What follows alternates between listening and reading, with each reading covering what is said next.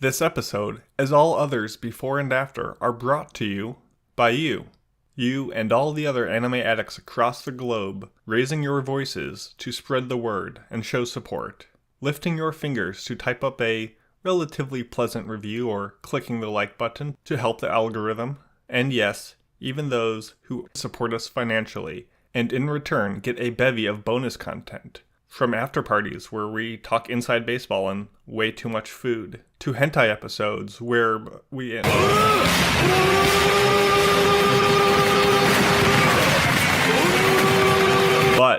And our hobby addicts, where I've been playing so many video games that I want you to hear about, so please, for my sake, and all of us here at the Anime Addicts Anonymous Podcast, we appreciate your support, even if it's just listening. So thanks again, let's get on to the podcast.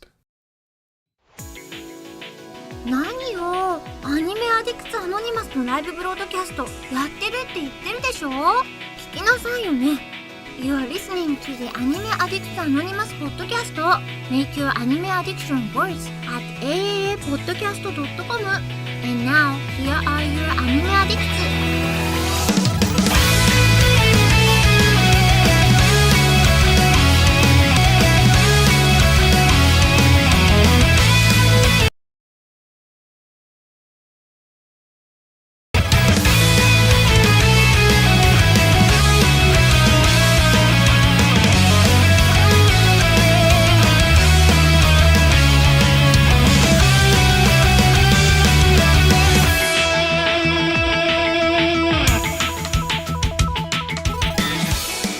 Hello everyone, and welcome to episode 773 of the Anime Addicts Anonymous Podcast. My name is Mason. Mason's my name, and talking anime and making your addiction worse is all of our game.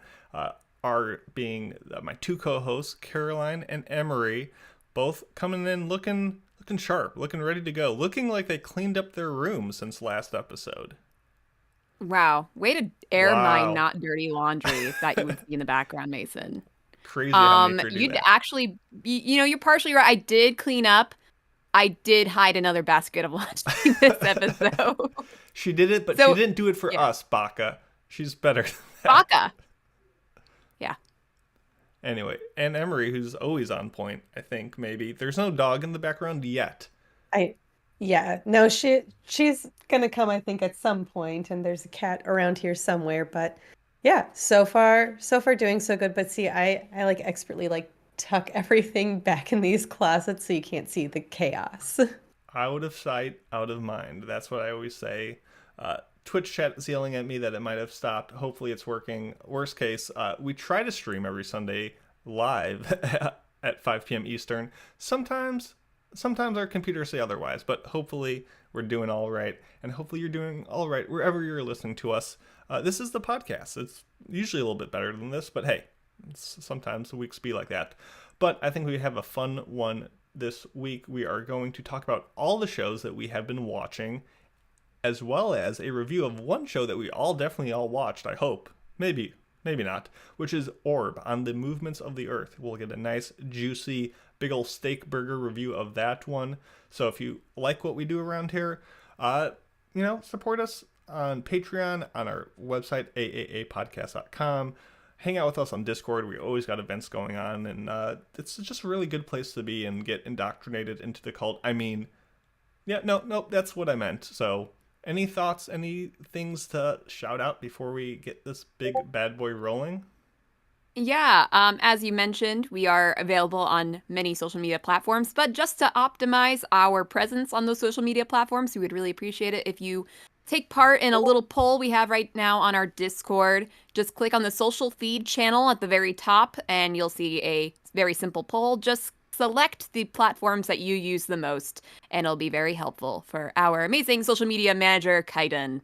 So please check that out on our Discord. Yeah. And with that, Let's get to the big news of the week.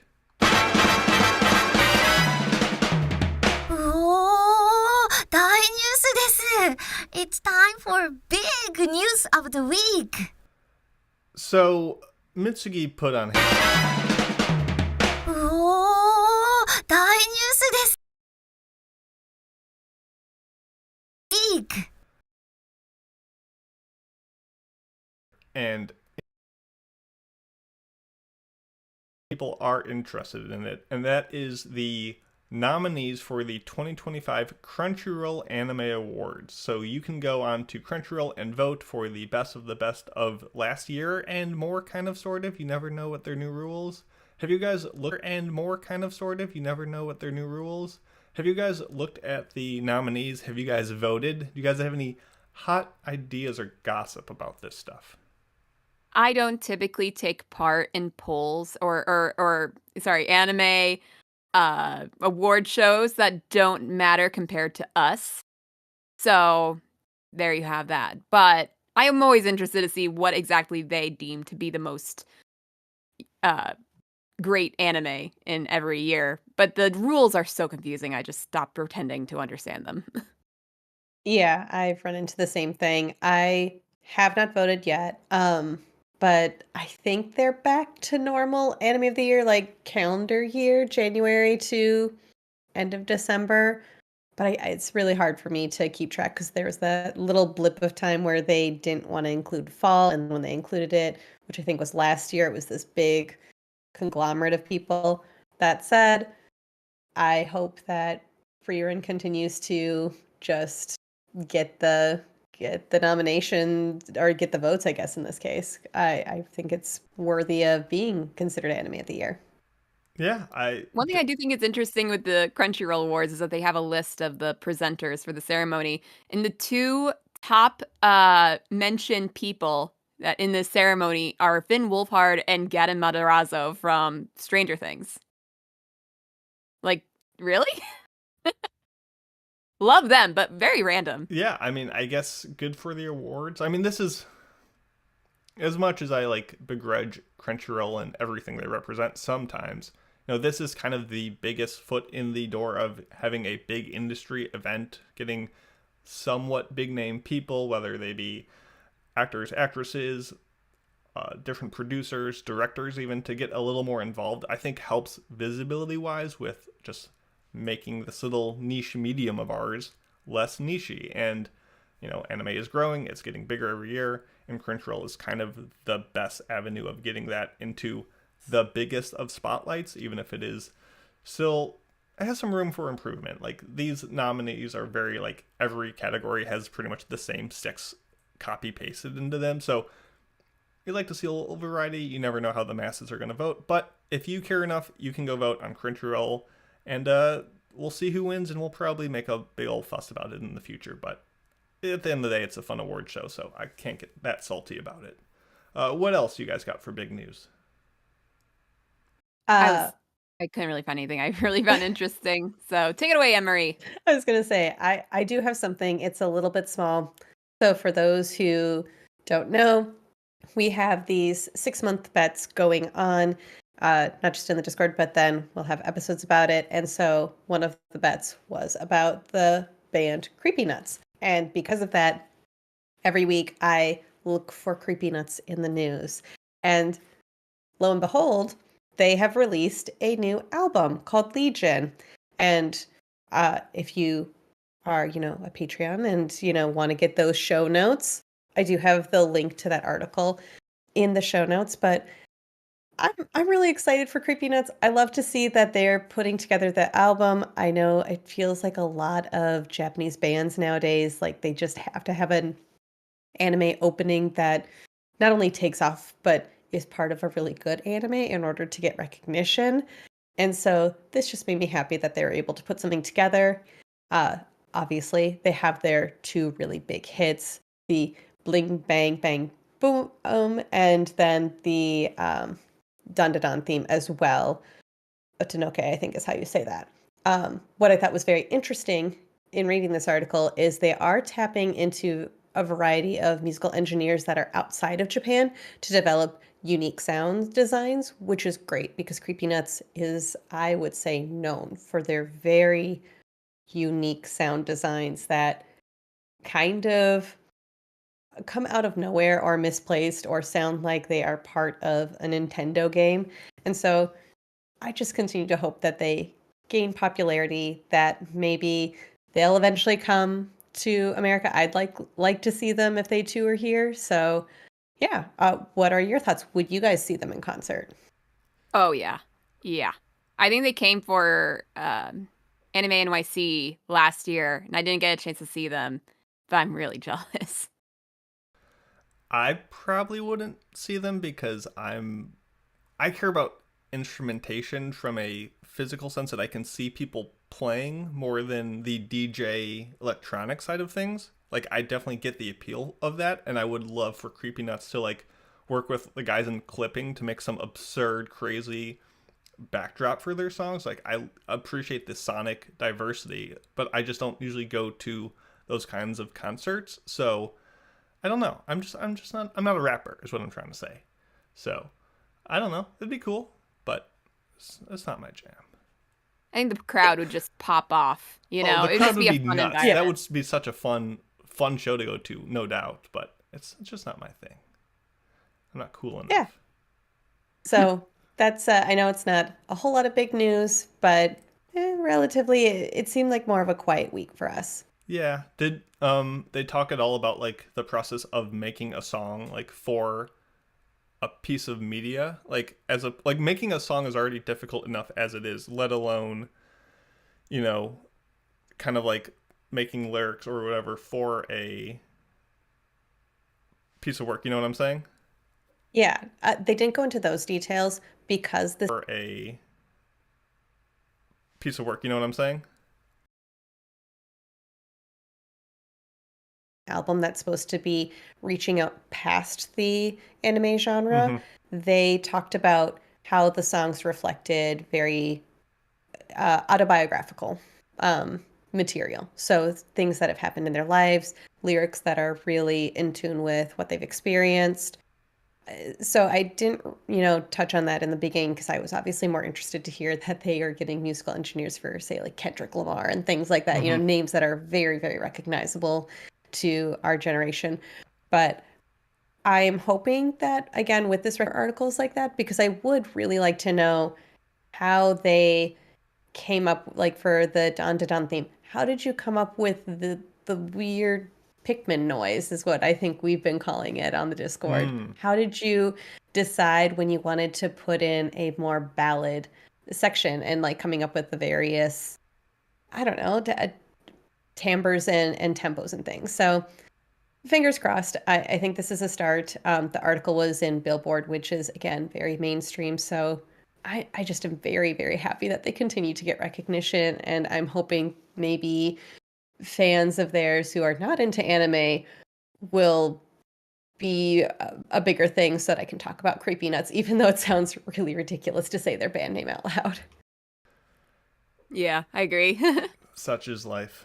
Well, anyway, thank you for the big news. We'll have more for that in the news break. But for now, I think we can jump on over to our main topic, which is the always fun, always diverse pseudo recommendation section of what have we been watching, where we just go through all the shows that we've been watching for some reason or another. Sometimes it's enjoyment, sometimes it's a good old-fashioned hate watch, sometimes it's just morbid curiosity.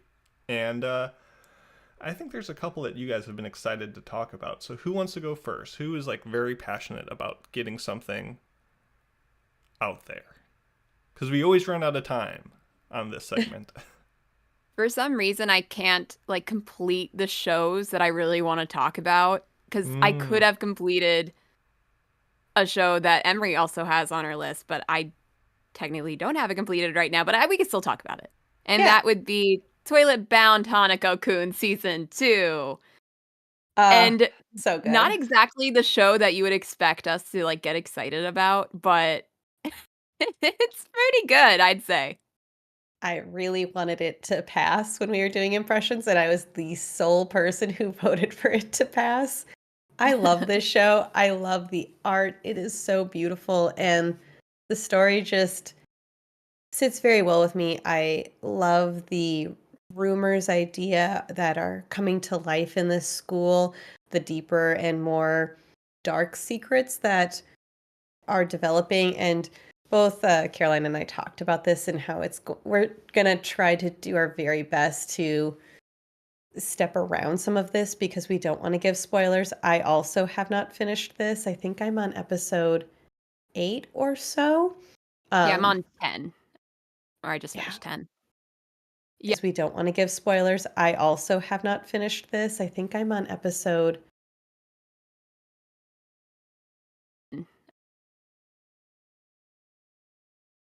Joy. Episodic into getting like all of the, different spirits of the school and all their stories and all that. But this season it's surrounding a little plot discovery. I don't think it got brought up in the first season, did it? I think this is all new this season, right? This Yeah. discovery. Yeah, the discovery is brand new from my knowledge. I was surprised by it. Now it has been however many years, but Yeah. Yes, I was a little bit frustrated getting into the second season initially because there were some people that I'm like, wait a minute, what happened with them again? I can't remember. But once I did a little Wikipedia-ing and watched a little bit more, I was like, okay, now I kind of remember. But yeah, season 2 is much more following this plot thread, which is welcomed. And because of this revelation that happened towards the beginning of the season, we see a lot because Hanako-kun is like, we kind of see him as like the mischievous kind of character in the first season, but now he's getting a little bit more into the not necessarily dark, but it's a little bit more immoral. What is or arguably immoral for the second season, which adds a bit of interest, I think. agreed. Agreed. I think that it's good when you don't have a character who is just the good guy but mischievous. You have some darkness to his character, which Yeah. is making it, I think, making him a more unreliable narrator of sorts, even though he's not our truly main character. Yeah. So I'm almost done with the season, still looking pretty good. Hoping that we'll get like a sequel season because obviously whatever is going to get Didn't resolved that get is not announced? or it's not going to resolve like the interest that we have in the second season. So hopefully we'll get more after that. I think they already announced the sequel. Oh yeah? Yeah. All right, cool. I could be wrong. It was in the deluge of like sequels that came out last week. Don't okay. fact check me, but please actually fact check me and let me know if I'm right. But I think more Toilet Bound is on the way. So, Awesome. I'm happy for you guys. I mean, should we have actually like explained what this show is at the start because we just didn't. It's so hard when it's a season 2. But yeah, let's see if we can find a brief summary even of how No, this I whole mean, I think we thing. can just generally say that it takes place in a school where there are a lot of rumors about like the school wonders and the spirits, and like because of those rumors, these spirits actually do exist, including the titular Hanako-kun, who is usually seen as a woman spirit, is actually a little boy that was killed like 50 years or died 50 years ago or something like that, bound to a toilet, uh, and makes friends with our main character, Nene, and they solve spiritual mysteries together, basically. That's a great way of putting it. And she is very concerned about her large Like, ankles yeah, that look like daikons. like running jokes like that can get pretty old. So far, this one has not gotten old. Is how pissed off she gets about her ankles. They sprinkle it in instead of having it be every single episode hitting you over the head. It like pops up every so often. You're like, oh, okay, that's a delight. Or they retell it in a new way. The episode I'm Yeah. on has a certain wonder admiring her ankles and questioning how they got so big. It does make me think, like, if these characters existed in real life, what would that look like? Because it would probably be kind of frightening. Ankles of that size. And who would you All right, recommend I this think show to? Like, if someone's like, "Oh, like this sounds interesting." that's a fun little show. It's nothing like, it's not a must watch. If someone's like, "Oh, like this sounds interesting." It's a lot of style, visual style. And yeah, if you're interested in kind of like some comedic mysteries shows, that this is a good choice. Yeah, I was going to say the same thing. It is a very visually appealing show, but as I know we've talked about previously, Mason, it's just not your cup of tea. So it's not something I'd obviously recommend to somebody who appreciates your genre. It's more in that mystery realm of, oh, do you like a Nancy Drew book? Do you like to solve a good, somewhat cozy mystery? And then if it goes down a darker path, I would equate this to Shadow House, which is another one that I believe both Caroline and I both really enjoyed. I'd even say maybe a little bit of the Mirko-chan style. Like there's this like genre of sort of horror, mostly like mystery elements to it, that is still has these comedic elements and has a very chibi art style. It's a light horror comedy mystery as opposed to something that's more like a pure mystery, even though it's also spiritual, like an Inspector or something, which is much more like multi-episode arcs trying to like detective your way down instead of school hijinks with a little bit of spookiness. Mm-hmm. But it's so gorgeous like Knives that Out? it's worth, You might like worth this. watching just for the art style, at least a couple episodes. Yeah, just give it a shot. Because the name itself does not really do it justice. It's a funny name, but I could see a lot of people being like, I'm not gonna watch Toilet Bound Hanako-kun, you know? That sounds like an Adult Swim gag thing more than anything else.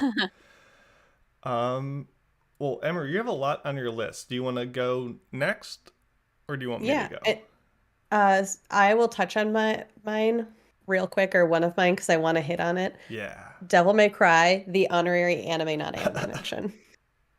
And I reference it because we've talked about what is anime, what isn't. And I believe that this is from the Castlevania producers. So technically not falling under the traditional anime definition. Is it anime to me? Absolutely, because you guys know I'm about the vibes. This is passing the anime vibe check. And this has been big dumb fun to watch. Is it the best? No. But do you want to, like, if you are a shonen head and if you have played the games at all, which my husband has, so he is pointing out every single Easter egg, and there is a lot of them. And it's not something in the Marvel universe where they hit you over the head. It's just quietly put in there. Like, there's a character from Devil May Cry 2, Luisa, I think, or something, who's randomly thrown in there as one of the demon devil hunters. But it's just been a lot of fun. I think the Devil May Cry games are fun. I am actually more of a Bayonetta fan, so I've been looking for any Bayonetta references. For those who don't know, the Devil May Cry games and the Bayonetta games are made by, I think, the same creator or the same company. And so there's always been these loose ties that say that they share a universe. There's never been anything super concrete, but you'll notice certain items from the Bayonetta universe making their way into the Devil May Cry universe and vice versa. I think that they approached this the right way. They just approached this big dumb fun. Let's get Johnny to voice Dante. Let's just go for the 2000s punk silliness, and that's what's going to get fans on board. And instead of going, maybe the first Devil May Cry anime, I think, was trying to lean too much into the seriousness, and that's just not what these games are about. Is DMC Platinum? I didn't think so. Because I would strongly agree. I much prefer Bayonetta to Devil May Cry, fun. And not just because mommy issues. Like, no, Bayonetta is just I just love its style and sass, but both of them are very similar with absurd combos, that kind of tongue-in-cheek humor, and stuff like that. But they definitely feel like they're in the same universe, so I could see that crossover being a thing. I didn't think Platinum did both, but I watched one episode of this and I'm like, I'm good, I got it. Like, I think as someone who's not a huge Devil May Cry fan, I appreciated what they're doing, but you know me, if I can't mark it on my anime list, why bother watching it? If a man watches an animated cartoon in the forest and no one's around to mark it as completed, does it even count? So, fake news. To answer your question, it's the same creator. You are right. It is in Platinum Games. Gotcha. Devil May Cry is completed. Does it even count? So, fake news. to Platinum Games, developer, Capcom and Ninja Theory, it looks like out here, but the creator did Devil May Cry, Resident Evil 2, and Bayonetta. And in episode 3, which you wouldn't know, unfortunately, Mason, for only watching one episode, they do make a Resident Evil joke. And Hell it is just a very brief throw line of like, this is one of the worst jobs you've given me. Is it worse than Raccoon City? And that's all you need. Yeah, that's exactly. like a perfect little Easter egg. Yeah, there's always been that overlap between them and Capcom, but glad to see it's not just they're having fun with it, and that's what's important, especially in a show like this. Exactly. So thank you for letting me reference my anime, not anime. It's just been big dumb fun, and I'm glad that one of the few things we can agree on is Bayonetta is just so good. It's just so much fun. If only we had Limp Bizkit in Bayonetta, that would be peak. But unfortunately, it's relegated to this.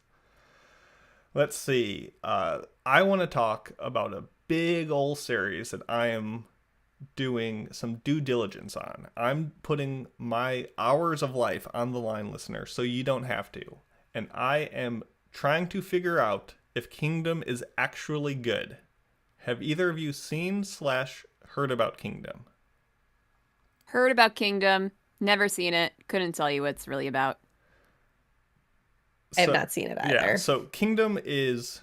The word epic gets thrown around way too willy-nilly these days, but Kingdom is a truly epic manga. It tells a fictionalized story of the Warring States period of, ancient China, and there's like hundreds and hundreds of chapters, like 75 volumes. It's a juggernaut of the manga world. And the anime adaptation, which currently spans, I think, like 5 seasons and has multiple entries in like the top 50 on my anime list, is widely regarded to be phenomenal. You just need to make it through the parts that aren't so good, namely the first couple seasons of Kingdom.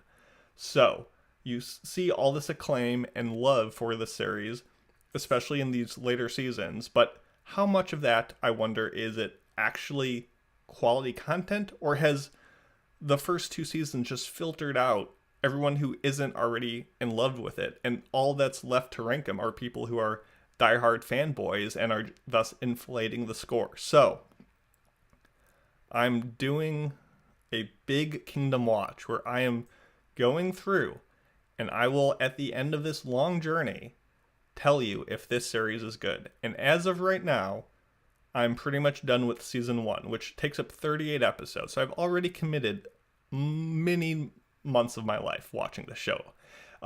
Currently, as of season 1, which obviously is not the part that is rated well, Kingdom is awful. It is terrible. It is dog caca. Really?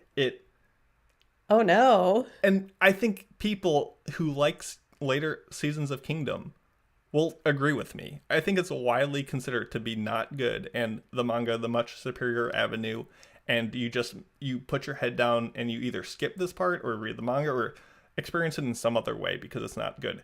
And I agree. It's laughably bad, from the writing to the pacing to the voice acting, especially in the dub. I watched a couple episodes in the dub, and it would make Raggedy turn tail and flee. It is atrocious. That sounds like a challenge for Raggedy. It is not hate watch bad, but it is really tough. And it's one of those shows where like a new character will get introduced, and it's like, it is me, Pylon, the god of war. And then it's a minute of everyone saying, did he say Pylon? Yes, Pylon. I heard. It's him in the corridor. Is he the god of war? I heard. Yes, the god of war. Pylon. You don't say. And it's bad. It's really bad. So as of right now, as of season 1, Kingdom is not worth it. Kingdom is bad anime. Don't watch Kingdom. There you go. I just saved you a bunch of time.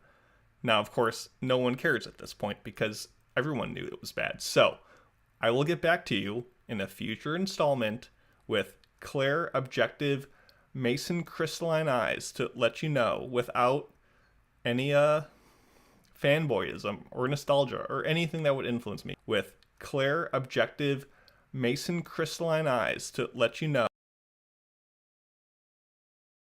fanboyism or worth the while. So stay tuned. I think Mitsugi tried to watch Kingdom and had very similar opinions. I think so too, but I think a lot of it is just, oh, it looks bad. And it does look bad. It's awful CG, it's terrible framing, the directing is laughable. Like it is bad across multiple fronts, but I think a lot of people just say, oh, it looks bad. And they really don't give it the credit for how terribly written it is. And it's not recommendable in any way at any point right now. So I'm going to stick to it because someone needs to fully do this thing. It's like when people say, oh, One Piece is good. And it's like, well, yeah, but you've watched 800 episodes. Like, clearly you like it. Mason, One Piece is good. You should watch it. I've tried multiple times, and it's not bad. It's not Kingdom, that's for sure. Conclusively, One Piece is better than Kingdom for now, though. Because there's, studio shifts, director shifts. Like, there's potential here. But we haven't got there yet, so. I did just quickly message Raggedy and say, can you watch Kingdom dubbed? And he says he refuses because he's not going to watch half a dubbed show because the first half is dubbed, but not all of it. That's fair. Well, it's not like he would make it that far anyway. So, like a likely excuse. So, yeah, like so often I've toyed around with the idea with like the people on this podcast, like we should dub a show. Like we should just pick something that's fun. It would be very fun. And it would be a blast for like we know what show it is. It would be the golf anime. It has to be Birdie Wing. It has to be Birdie Wing. I know, but like we would do it and we would have fun with it. And our dub, as us people being very unprofessional in so many ways, would clear beyond doubt the Kingdom dub. Like that's how awful it is. Like if this dub came out today, you would think it's AI. So we don't need to riff on it anymore. We're kicking something while it's down. But there you go. Kingdom Season 1, certified bad. What's next? All right. I will follow that up with something else that is certified bad. Oh, okay. I see what we're doing. Bad. I see the train. It's a 2-core show. I only saw the first core, and it's so bad that I could not bring myself to finish it, but I did score it on Mal, which should tell you that it's bad, because I typically don't score things on Mal if I don't finish them, because I think that is only fair. But I could not help myself with this one. Probably because it is such an egregiously high score on Mal, I had to throw in my 2 cents, even if I could not say I saw all of it. So let's talk about Rainbow. Rainbow. Ugh. We watched What's Rainbow about? I don't actually think I know what Rainbow is about. Exactly. I never heard of this show before. Boys in jail are sad. What was that? Boys that are in jail that are sad. Yeah, basically. We wanted to do a delinquent themed anime club, and Rainbow got chosen. It has an 8.46 on Mal. That's pretty high. Most people think it's a 9 or a 10. Like I would say like 50% of people think it's a 9 or a 10, and the rest of it think it's not. That's a pretty high show. This show is about 7 boys who get sent to a reformatory, I think they would call it a reformatory school, but it's basically juvenile delinquent, like it's juvenile detention center. Back in like the years following World War II, and it's so bad. So the reason being, it is so on the nose with everything. All of the villains are like mustache twirling, ha ha ha, I'm a crazy man type of villain. There's nobody who is not like that isn't a protagonist. And it's so, and you could say like, okay, but that might be fun, right? No, because they are, while also doing like the mustache twirling thing, they're also sexually assaulting these boys and trying to murder them. So it's just so much. So all these guys come into this reformatory school, juvenile delinquent detention center, and they all get thrown into one cell together. There are like 7 guys in this one cell, which is already kind of strange. And they meet like their senpai of the prison, and he beats them up like within minutes of meeting them, like calls them all losers, beats them all up. 1 guy against 6. Yeah. And then immediately after that, he offers them a cigarette, and he is now delinquent Jesus. They will fall on the sword for him. Like, and he's a completely different character for the rest of the show. He is like the nice guy, tries not to fight violence with violence. He's like trying his best to get out of this prison and make a life for himself. And the problem being the guard, their main security guard, has a major beef with him. Like his former cellmate commits suicide because the doctor of the prison is sexually assaulting him with help from the guard to make all this happen. So he commits suicide. He leaves a suicide note. Now our cell block Jesus has the note, and they're afraid of it getting out. So they're like doing everything possible to kill him. Yeah, I'm so sorry, I'm just losing much it over hygiene. here. Just like cell block Jesus, delinquent That's what Jesus, I and call all. him. And all I Like can middle think of about is long like, so Christmas. No, I can't angry remember with all the the names. show. and I'm just losing it. Anyone else So- remember prison school? Because that's all that's coming to mind. It's like, this is the more serious prison Yes, school. It yes, is. yes, that's what it is. Saying that during Anime But Club, even and I'm like, more oh my god, sexual you are assault. correct. Yeah. So it's dark, but it's also some of the goofiest things I've ever seen because the guard is and the doctor are just that bad. They are just that like incredibly evil characters. And so many things happen in this show, and I'm just like, how is it that you are overextending yourself trying to kill this one guy when they murder somebody else in the prison in cold blood and they don't care, but they're trying their best to subtly murder cell block Jesus so nobody finds out. But there also seems to be no oversight in this prison, so I'm wondering why. Yeah, so eventually, like, actually, maybe I shouldn't be spoiling all this, but I think that's enough to just say that this show is terrible. It also has like this narrator that is like, the boys' hearts pounded with respect for their senpai, and they go off into the night to search for a way out of this prison, and blah, blah, blah. And like, I don't need to know that. I got that. Their hearts are pounding with love. It's just, the narration is unnecessary. The characters are terrible. The situations are really strange. And beyond all that, it's serious subject matter. So why do I feel the need to laugh? It's not good. So I gave it a 2.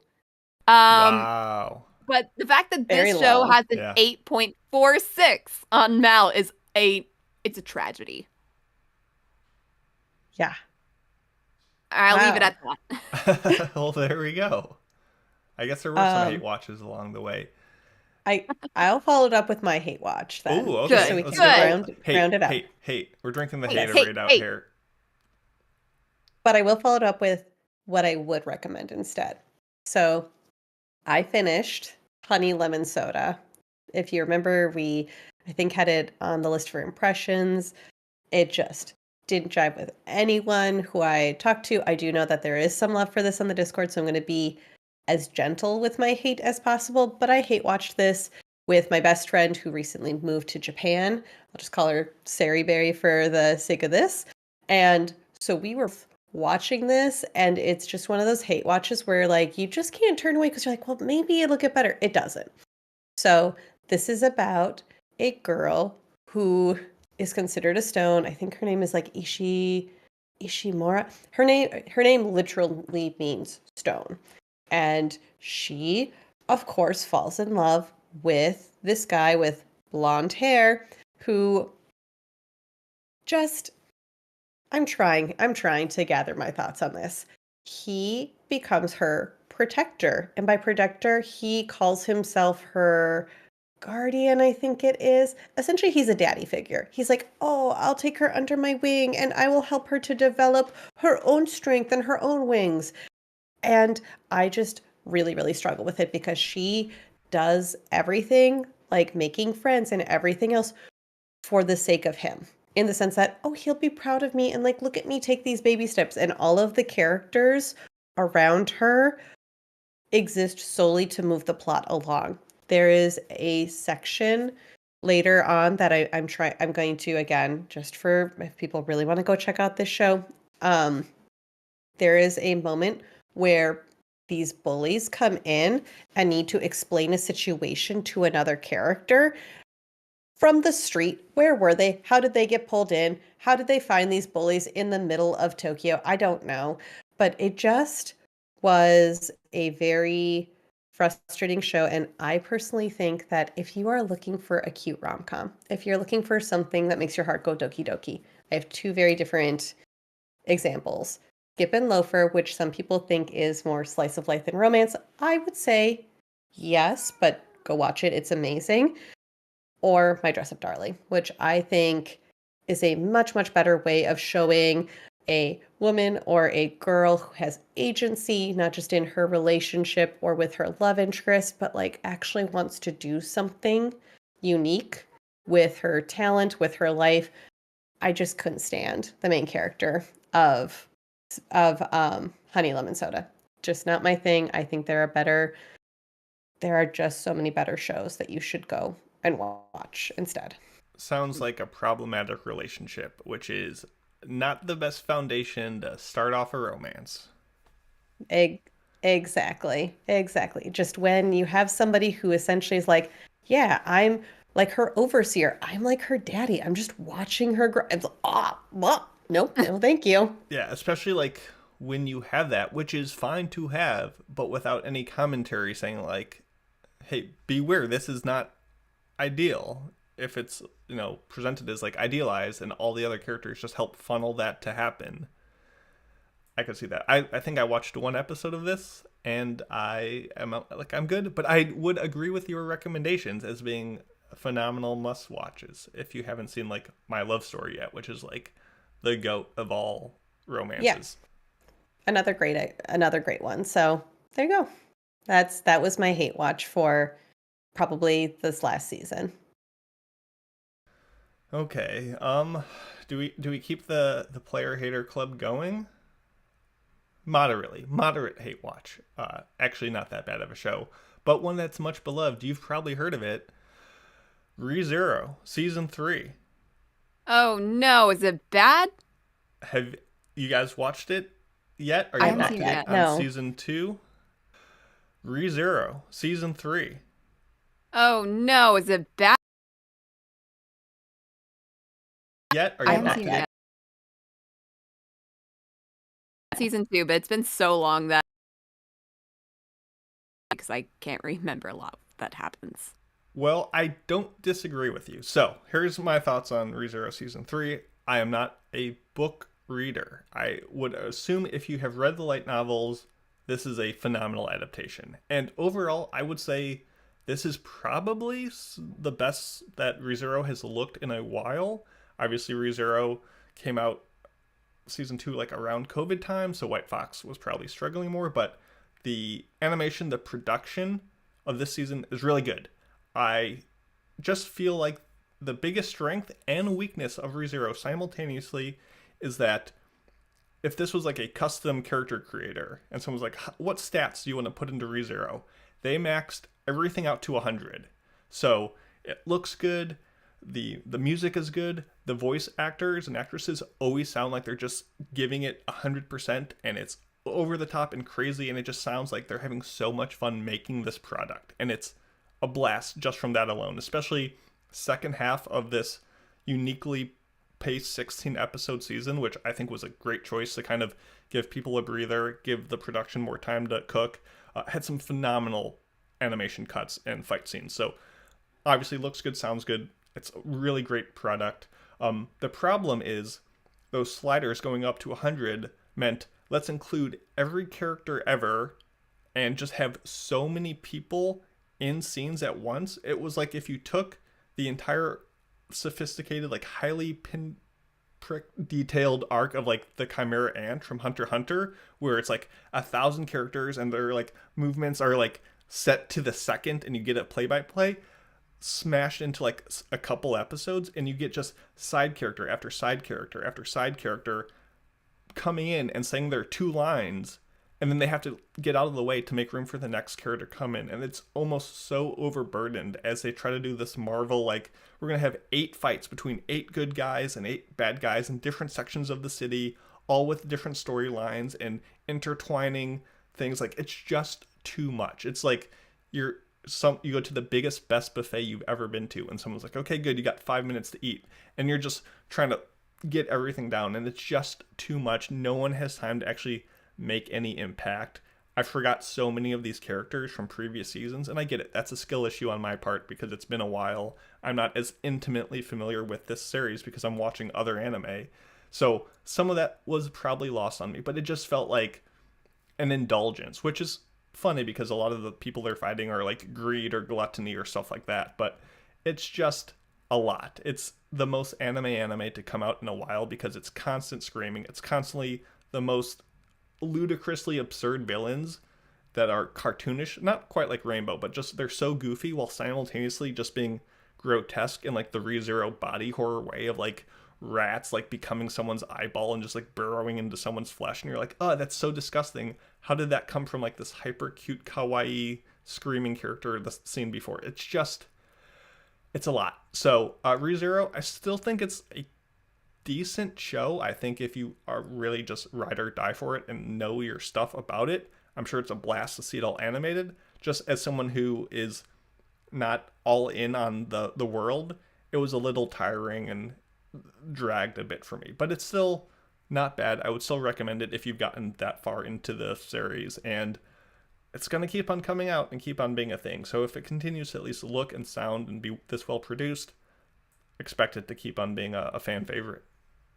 So that's my thoughts. Yeah. Well, Yeah. following up on that. Something good? I think so. Oh, finally. And you can comment on it because you also have it on your list. Link Click, Bryden Arc. So this is the follow-up to Season 2 of Link Click. I don't know if I can call it a Season 3 because it's also only 6 episodes and it's not called Season 3 on Mal. It's also not like following up on the events of the end of the second season because it's kind of a prequel, but also not. It's kind of confusing because I'm going to try my best to not spoil what exactly is going on here because there is a bit of a thing that happens in the first episode that sets off these events. But basically, in this arc of Link Click, Lu Guang goes back in time himself to when he first meets Xiaoshi, Chung Xiaoshi. So two main characters. They open up a Photoshop. I forgot. They have the ability to describe what the show's about. Jump into photographs to solve mysteries. It's kind of a time travel mystery show, and this is a prequel to it. Yeah, right? That's the vaguest of synopsises. It's technically not an anime because it's Chinese, but it's still pretty dope. So check it out. It passes the vibe check. Highly recommend. Yeah, it passes the vibe check. Yeah. So as you said, like they can go back in time through photographs. One of the characters is doing this now, not both of them in this current arc. And it goes back to when they first meet. Now we don't really know the typical like story of how they first meet until this point. Like they kind of drop you in midway through that of the first season.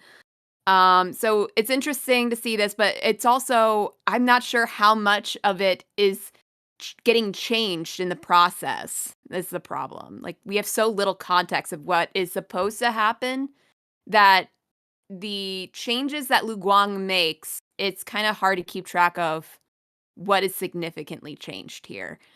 And it's basically Lu Guang helping Chung Xiaoshi investigate his father's disappearance, which I'm glad for because I really was craving the backstory. We weren't getting that in the first season. I thought we were going to get that in the second season. We didn't. The only thing here is that it's an alternate backstory. It's not what actually happened in the beginning because things get changed. And another thing is that it's only 6 episodes, and I was really wanting a full 12. But we do get some new villains here that are going to make impact in the sequel if we do get one. And there was something that happened at the end of the second season, and I was just so hyped. I was so hyped to see how that gets developed further. And there was something that happened at the end of the second season, and so hyped to developed doesn't get cool. So that was kind of disappointing. What were your thoughts, Mason?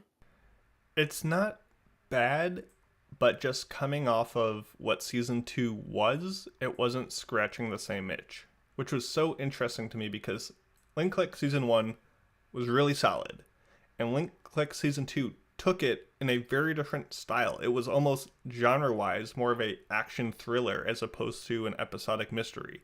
And on paper, that sounded terrible. That's not what the show was and not what it did so well.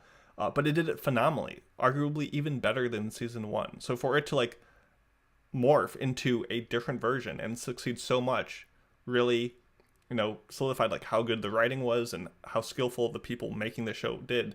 And to kind of go to this transition prequel thing really felt like a step back, not just in like the timetable of things, but just it wasn't hitting the same highs as season 2 just proved it could be. Like if this had come out after season 1, I'd be like, oh, it's more Link Click. It's a prequel. Awesome. But knowing where season 2 went with the stakes and where it ended, I was just like, but what about that stuff? Like, it just wasn't the storyline I was interested in. And they brought up all these villains and stuff in this new transition arc and then fully didn't address them, probably because they're going to merge with the end of season 2 into like this grand narrative of this big bad organization that they're fighting against. But we don't have that yet. So I'm left even more like, oh, but why didn't we spend the time doing that? So I would say disappointed is the word, while still acknowledging like it's a well put together, well looking, well acted show. And I just want season 3, please, is where I'm kind of at the end of the day. Yeah. Like it's just not what I wanted. And that's no one's fault. And yeah, it is tricky when, once again, it's been years since previous entries. There's a lot of through lines and interplay. And, oh, do you remember this character from this one-off episode? And I'm like, yeah, I did 4 years ago when I watched it the first time. But I haven't, like, revisited it. And once again, it's a skill issue on my part. But I don't know. So that's where I'm at. I will say, like, one more thing about it, about Lu Guang. And actually, there's 2 parts to this. One, Lu Guang throughout the season 1, season 2, he's not been like the main. We have not been following him as the main. Like if there's one main character here, it's Chung Xiaoshi. Yeah. But it's about both of them. But we follow him and his experiences the most. But this is different because he's the person who jumped back in time, and we are them. But we follow him and his experiences the most. The person, his eyes basically, but also the interest, the main person of this arc, he is still like, we do not know what he's thinking ever. Like even in season 1, season 2, that was I already mentioned that, but in season 3, in this arc. Still, I am very much wondering what he's thinking and what he's going to do in his plan of things. So I find that to be an interesting way that they're going about this. It's just tough But because also a show like this with these kind of powers, they can always kind of make this ass pull last second when the stakes are like it just, I don't know. You need it to all come together, and it's not there yet. So I think this will be a great show in a decade when all the seasons have come out. It has finished telling this hopefully grand story it's working towards, and you can watch it sequentially in a way that keeps you in the know of all these intricate things going on. It's kind of similar to the issue I had with ReZero. There's just too much, and I forget. And that's not... I feel like I can't judge a show for me forgetting it. That's not its fault, but it is why I did not enjoy it perhaps as much. So I don't know. But then a part 2 of the whole Lu Guang thing, because he is arguably kind of, a neutral type character. He's very practical and logical, and therefore does not really act on emotion very much. This season, or this arc, I keep on getting those things mixed up. It's kind of a change for that. Like he's making decisions very often based on emotional reactions in the moment, because like there's a lot at stake, so he can't just so he's kind of distracted by the emotional aspects of the arc, which I find interesting. So if you haven't seen Link Click, I highly recommend. Indeed, it's different. It's cool. It's unique. Emery, what's next? Yeah. We're going to talk have about time for one more, so. Oh, all right. Well, perfect, because we're going to talk about a show that was passed by Caroline back on episode 727. And what is this? A little skull emoji next to it? It dead. What? Oh, it dead. I'm dead. Was passed by Caroline back on episode 727. Next to it. Ranger is an underrated show. I finally watched season 1. We have it on our list to prepare to watch season 2 for impressions. So I thought, okay, I'll give season 1 a chance.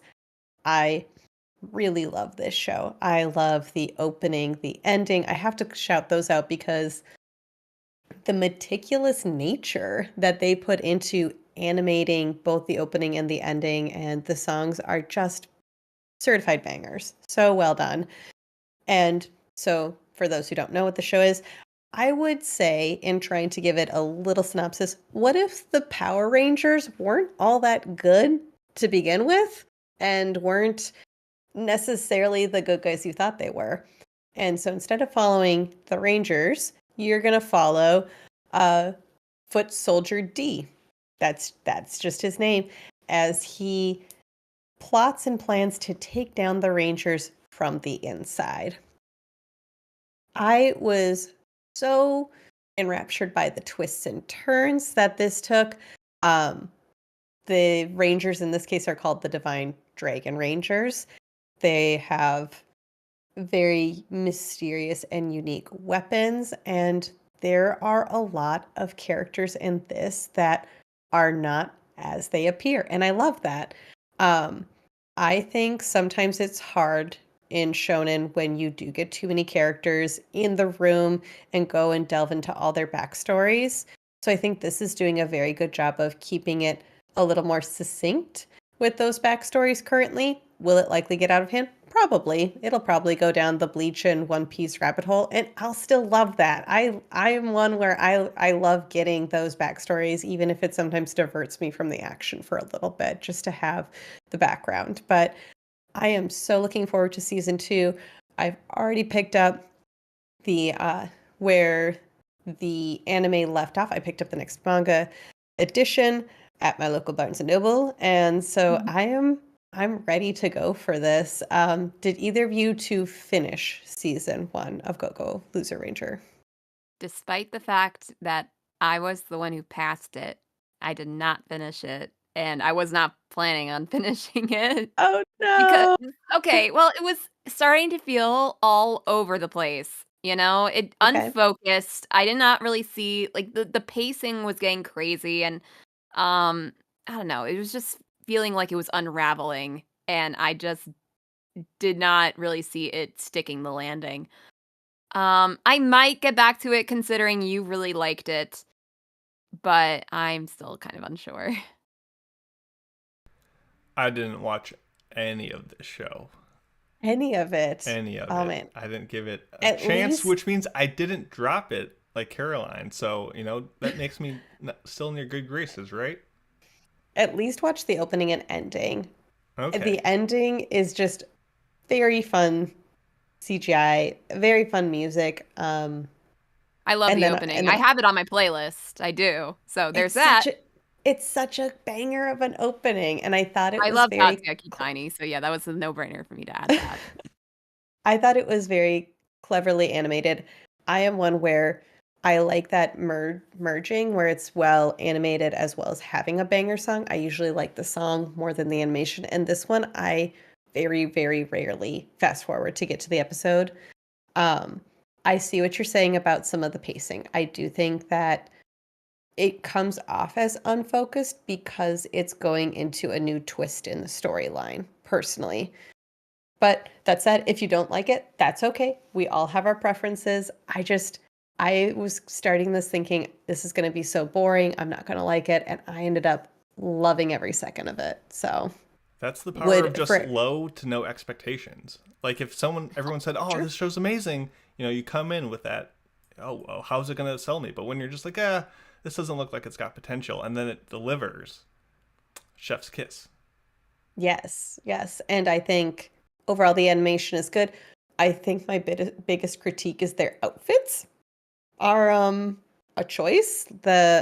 When you don't have a color, you wear this white, which why would you wear white when you're going to go battle like demons and monsters and things, but you wear this because white means pure, and the villains are wearing black, which is bad. So it's symbolism. They should be wearing black because black is like the absence of color, not white being all the colors. It's very strappy, and when I think about like putting that sort of suit on, I'm like, oh my god, that's like the straps are gonna go up my butt. I'm not gonna like it. This is gonna be uncomfortable. How am I gonna fight in this? Like, just go look up the like colorless ranger outfit, and you would be like, all right, that's a choice. Well, thank you for that surprising recommendation. I guess, what did we learn today? Watch Link Click. Check out Toilet Bound Hanako-kun despite the name. Check out Go-Go Loser Ranger, even though Caroline cast it aside. Yeah, sorry. Watch Skip and Loafer or My Dress Up Darling. And keep on watching ReZero if you like it. Rainbows and kingdoms are for losers. Yeah, pretty much. Something like that, right? Do we got a trivia question for the good people? We do. We do have a trivia question. All right. So, with a name that means eyes in Polish, which character in Orb on the movements of the Earth initially fears looking at the night sky despite his excellent vision? We will tell you the answer when we return.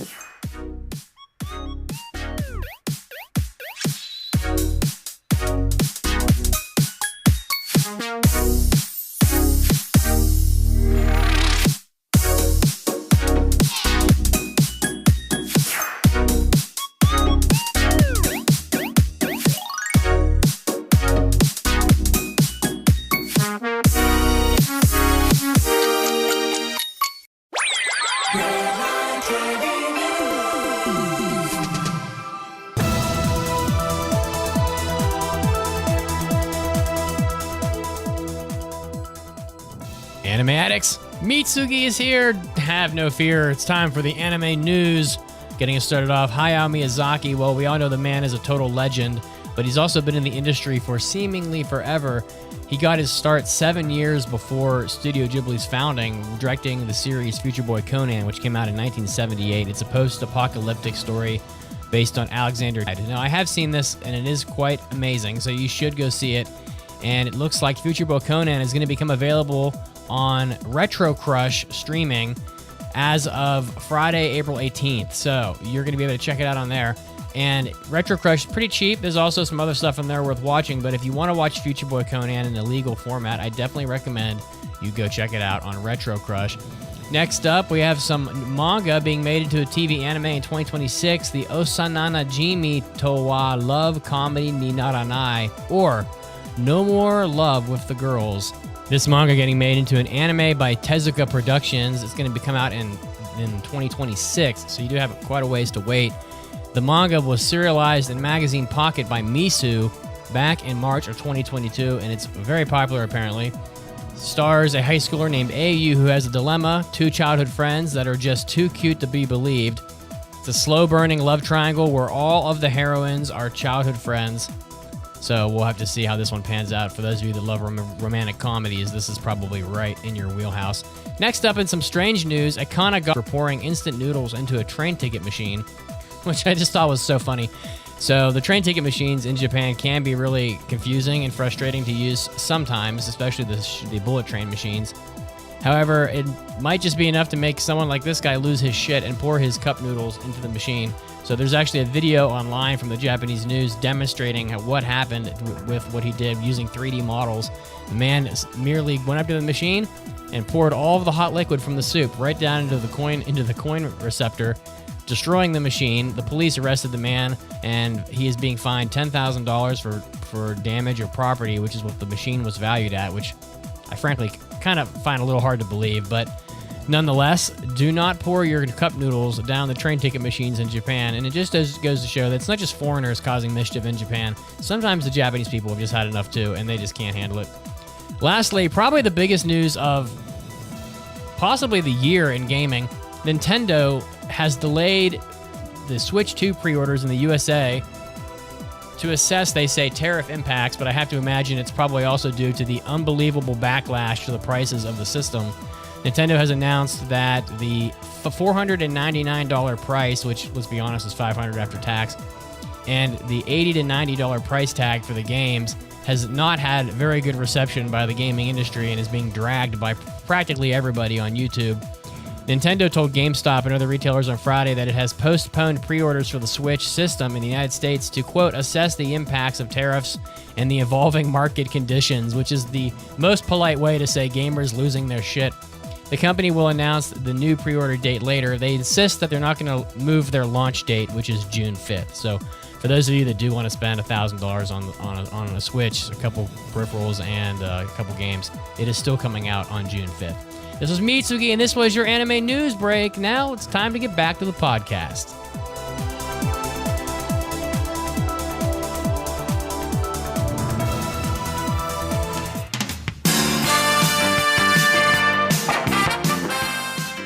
Anime Addicts Mitsugi is back yet again, and I'm here to tell you that the podcast really does need your financial support. I'm not, I know we say this every week, but I would say that the podcast financially is getting less support now than it has in quite a while. I know that the economic conditions in just life are very difficult right now for everybody, and a lot of people are impacted, a lot of businesses are impacted, and hey, the podcast is impacted as well. But I cannot understate the fact that the podcast does need financial support, and I'm not just saying this because we say it every week. So if you can support the podcast, we would really appreciate it. We work extra hard every week to bring you a lot of extra content. We record 8 extra episodes a month just for you that we release that are exclusive. You get the hentai episodes, the hobby addicts, the after parties, you know the offering. We hope you enjoy it. If you want to help out the podcast, patreon.com or the website AAAPodcast.com/join is the way to do it. And of course, we do offer lots of other stuff for free as well, like our Discord. So just remember, Patreon and the website support the podcast. I am not just saying this because we say it every week. It has, I would say, entered alarming territory. So if you can support the podcast, please help out. And if not, I hope you continue to enjoy the show.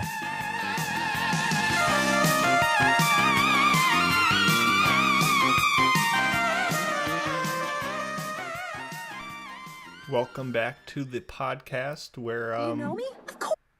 I watched the Go-Go Loser Ranger opening because, you know, it was recommended. It was pretty good. It was pretty cool. Yeah, right? No context definitely hurts some of the parts, but neat art style. Pretty fun song. Good time. Anyway, when we last left you, we also had a weekly trivia question. With a name that means eyes in Polish, which character in Orb on the Movements of the Earth initially fears looking at the night sky despite his excellent vision? The answer is Oxy. I'm going to struggle big time with this review because I do not speak Polish or sound like I'm able to. So, you know who I'm talking about, though. Yeah. Before we get to mailbags, we have a quick shout out to new Anime Addict supporters from the past week. We have S2K on Patreon. A big thank you for joining the crew, as well as in our Discord, we have a little betting channel where folks make a bunch of ludicrous things, and it's a bunch of fun. Emery helps moderate that and keep people in line, and it's a good old time. But we currently got some love and donations from The Ghost, the one and only, as well as New Day 79. So thank you both for the contributions, and it goes a long way. We really do appreciate it. Mailbags, is that right? Yes, mailbag time. Yep, here we go. It's time for an almighty anime mailbag. Anime. Anime. Anime. Mailbag. If you would like to submit a mailbag, you can do so at AAAPodcast.com and click on the mailbag button. We have one here from Neighborhood Bub. They say, hey fellow addicts. Was on the drive home from work the other day, and I'm not sure why this popped in my head, but for some reason, I don't seem to notice much facial hair in anime. Maybe it's the shows that I watch. And I was wondering who you all thought had the best facial hair in anime. Thanks. Love the show. Keep up the good work. Thank you very much. Okay. Immediately, I thought of one person in particular, partially because we talked about him last week on the show, but also because his facial hair is just immaculate. Immaculate! Noguchi from March Comes In Like a Lion. It even twinkles. It sparkles whenever he shows up on screen, so you know it's a good mustache. And similarly, I think Schmidt's stash in Orb is also pretty nice. So, and we're about to talk about that stash and much more in the next few minutes. But what, Mason? Shout out some stashes. I'm and beards. definitely more particular to the mustache game. So, as you said, both great suggestions, as well as Alex Louise Armstrong from Full Metal Alchemist, which also has a ton of mustaches in it. Strong mustache game in FMA. So, Neighborhood Bub, I literally do not know how you haven't seen facial hair. Like, even the most common way, I feel like, is the just couple, like, stray pokers through to show, like, someone, like, hasn't shaved today kind of thing, or is just generally disheveled. But Fullmetal Alchemist has a ton. Oaken, as well, similar to Schmidt from Ranking of Kings, has a phenomenal mustache. And as far as, like, Ghibli has a ton of great mustaches between themselves. Yupa, Kamajiri have a bunch of mustaches that you can see their character design like equated in their mustache game. And also I'm a big fan of just the oops all hair, which you kind of get with like Senshi from Delicious in Dungeon or Asen from Frieren. Kind of funny that these two fantasy-esque shows that came out at the same time have the beard game strong. So what shows are you watching where you haven't seen facial hair is what and I get it, you know, it's not that common, but also it's not that uncommon. So, at least in anime. Yeah. Yeah, to like bounce off of that, I'm going to go with even some very common ones. And I was thinking of good facial hair because I think there's quite a bit of facial hair that maybe you're just not recognizing because maybe it's not good. But like, let's go Cowboy Bebop. Jet Black, great facial hair. Iconic. King Vegeta, Dragon Ball Z. I know that maybe people think of Vegeta in his GT phase with his little stash. No. You got to go King Vegeta, good old goatee. With One Piece, I said Mihawk, to which, of course, when I told Raggedy that's who I was picking, he said, quote, "The only correct answer is Whitebeard. Newgate calls his mustache a beard, and no one was man enough to correct him." So there you go, Raggedy. A little quick shout out for you on that. And I was thinking of you, Caroline, for Zeke. I think the Attack on Titan and the Mappa version, because Zeke has a nice beard there. He has some well-trimmed facial hair for a man who's, you know, constantly fighting and killing. On the run, yeah. But also Pixis has a decent stash. Yep.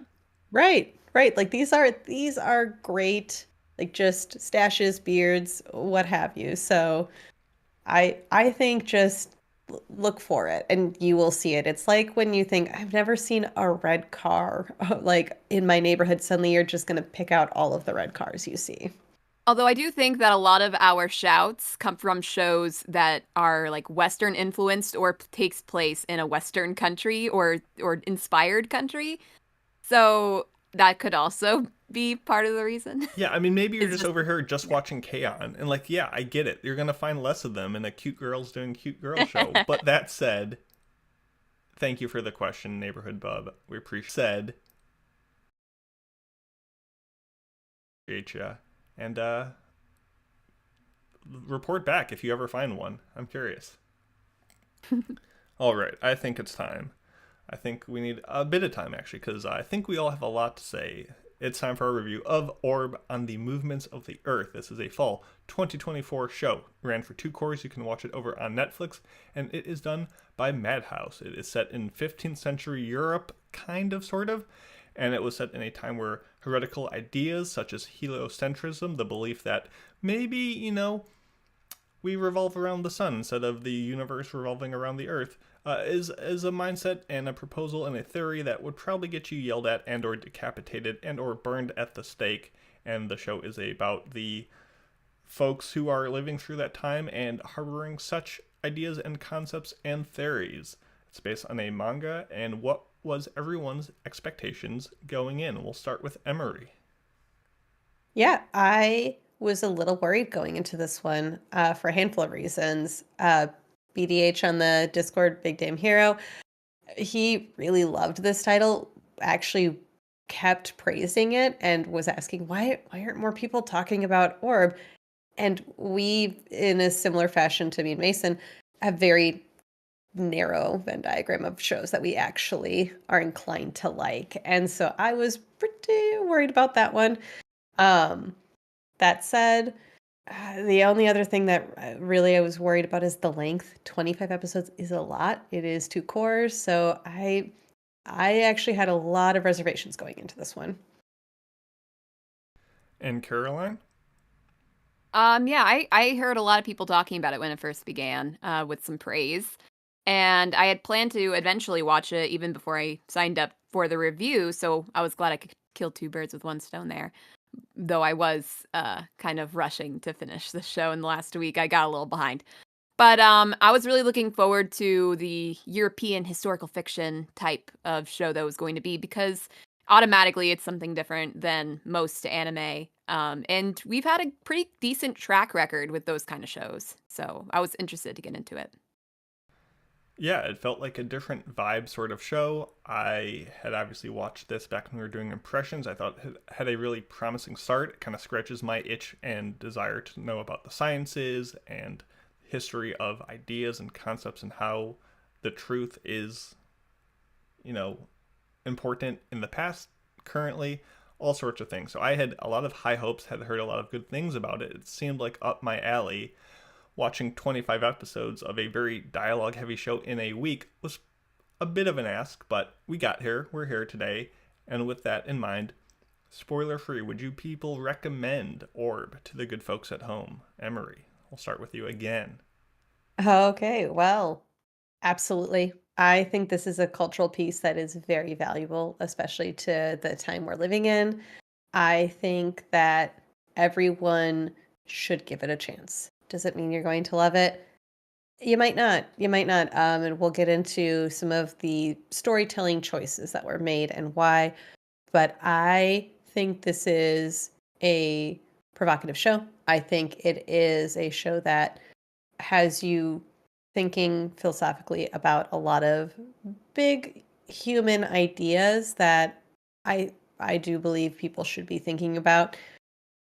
I think go watch the show. That's pretty strong, yeah. I do recommend the show, but I can't say I so strongly love it as much as I did at the beginning. I feel like it started off really well, and the rest of the show just doesn't live up to the peak it set at the beginning. And that's not just because of, the choice of what they do with the characters. And actually, I've heard different opinions on the high points of the show, so take that as you will. I feel like the story is very interesting and the characters are diverse and 3-dimensional. Like, there's no just good and evil here. A lot of the characters have their highs and lows, and like the way it melds together between like the church and science and evil and good, and it's not all black and white. The animation, not so great at times, and I don't really feel like that's not like a major deterrent. It's not that kind of show where it needs to have like the glamorous animation. What it needs to have is scenes that you can see, And unfortunately, that is a little too high of a bar for this show. There's quite a few scenes that are lit a little too darkly. It does bring to mind some of the scenes of Game of Thrones, where it's like, well, it's accurate. They don't have lights in these dark houses, you know? So, yeah, but I need to see what's happening here, people. This is where it's good to have an OLED TV like we have that is meant for that. But yeah, you don't want people spending just hundreds of dollars on a TV to see it. It's very rare that's a problem with anime. And I feel like it was because they were shooting for realism in this show. I will say that even like maybe even partially because of the very dark scenes, when they get to the night sky visuals, it's pretty spectacular. Like that's what lights up the show. And I really appreciate that. And then the music is really great too. Kensuke Ushio always bounces off with these shows. I feel a little bit unsatisfied by the ending, unfortunately. But I do think that this is a great show for fans of shows like Vinland Saga, especially if you really, really like the second season of Vinland Saga, where it still has some of that really serious, violent tones of that era of the world, but also a lot of, talks about philosophy and theories and all that. So if and even if you are not sure, if you haven't even seen Vinland Saga, for those looking for something a bit different from the usual anime selection, I think this is a very decent choice, and it's easy to watch because it's on Netflix. Yeah, I don't disagree at all. It's very far from a perfect show, and we're going to get into why. But damn God, it is so good, and allow me a tangent to explain why. Tangent away. So I use the CeraVe family of products to clean my skin at night. It's up there with Cetaphil. CeraVe just has like that hospital neutral aesthetic that just makes me feel like it's a quality product. And I just I've always just We are sponsored by CeraVe. It's always been good. If you're having trouble, use CeraVe. It's great stuff. We are not sponsored by them, by the way. I order them online, sometimes from Target, sometimes from Amazon, all over the place. And occasionally, I get a fake version of CeraVe sent to my house. And you can tell sometimes the lid has an off color to it. The injection molding is different between the authentic brand and the knockoff. The font that they type and like print on the back is sometimes fuzzier. The product sometimes feels like more oily. And yeah, go ahead. Yeah, question. I just had my hand raised. Why don't you just go to your local pharmacy or grocery store to buy your And CeraVe? sometimes I have, and they have fakes there on the shelf. No, they don't. They